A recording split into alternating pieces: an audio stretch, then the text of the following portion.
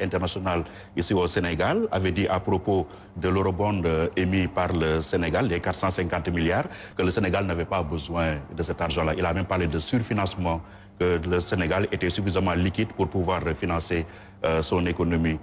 Que répondez-vous à cela? Et globalement, quelle est votre vision par rapport aux institutions de Bretton Woods? Moi, je pense que des pays comme les nôtres n'ont jamais assez de ressources. Parce que, comme je l'ai dit tout à l'heure, les urgences sont partout. Et le principal défi reste le défi de la mobilisation des ressources, qui ne peuvent se faire qu'à travers la fiscalité intérieure et à travers les droits de porte, mais aussi à travers l'endettement. Évidemment, sur le plan de l'endettement, on n'a plus trop de marge. On est obligé encore d'y recourir, l'essentiel étant que nous travaillons à garder la signature du Sénégal crédible pour qu'à chaque fois que le recours au marché international ou sous-régional s'impose, qu'on puisse obtenir ce que nous voulons parce que nous le pouvons. Ces institutions-là restent des partenaires avec lesquels nous sommes en train de travailler, avec lesquels le Sénégal a travaillé pendant des décennies et des décennies. Les rapports que nous voulons avoir avec eux, c'est des rapports sincères et nous travaillons à ce que nous présentons soit quelque chose qui reflète véritablement la situation financière. Maintenant, je ne les considère pas comme des boucs émissaires, encore moins pour les autres partenaires avec lesquels nous sommes en relation. Il y a ce qui ressort de notre responsabilité. La gouvernance, la transparence, la reddition de comptes, on ne peut pas imputer ça au FMI. Je prends un exemple simple. En 2023, on a réformé l'OFNAC. Pourquoi?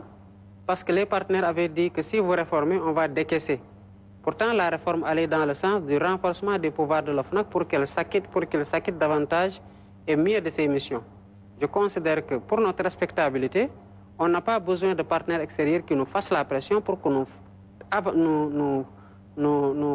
fassions des progrès sur le plan de la transparence et de la gouvernance, de la bonne gouvernance. Ça, c'est une question qui nous regarde d'abord, avant que des partenaires n'aient à nous dire il faut réformer pour qu'on puisse décaisser. Certaines conditionnalités heurtent notre conscience parce qu'on ne doit pas attendre qu'on nous les impose dans ce cadre-là. On doit les faire par nous-mêmes quand on considérera que c'est utile. Quand on considérera que ce que le FMI ou la Banque mondiale nous impose de faire ne va pas du tout dans le sens des intérêts du Sénégal ou du peuple sénégalais, en ce moment, on leur fera clairement savoir, par des arguments objectifs sur la table, que cette option-là n'est pas la meilleure option pour nous et que voilà l'option alternative que nous proposons.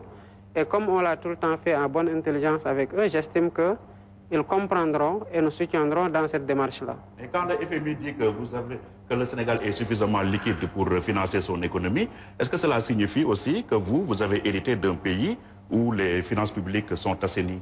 Non, pas du tout. Actuellement, on est en train de faire, comme nous impose la loi portant transparence dans la gestion des finances publiques au Sénégal, à l'article 7, il nous impose, le nouveau gouvernement qui arrive doit faire l'audit des finances publiques. Et cet audit est soumis à la Cour des comptes qui valide les résultats ou fait les observations dont il faudra tenir compte. Tant que ce travail-là n'est pas encore fait, on ne peut pas, sur la base de préjugés ou de présomptions, être dans l'échange indirect, surtout pas par voie de presse interposée avec les partenaires. On attendra cet audit-là et la revue que le FMI est en train de faire, elle est en train de le faire en avançant, mais à un moment donné aussi, on continuera on viendra leur dire voilà ce que l'audit a montré.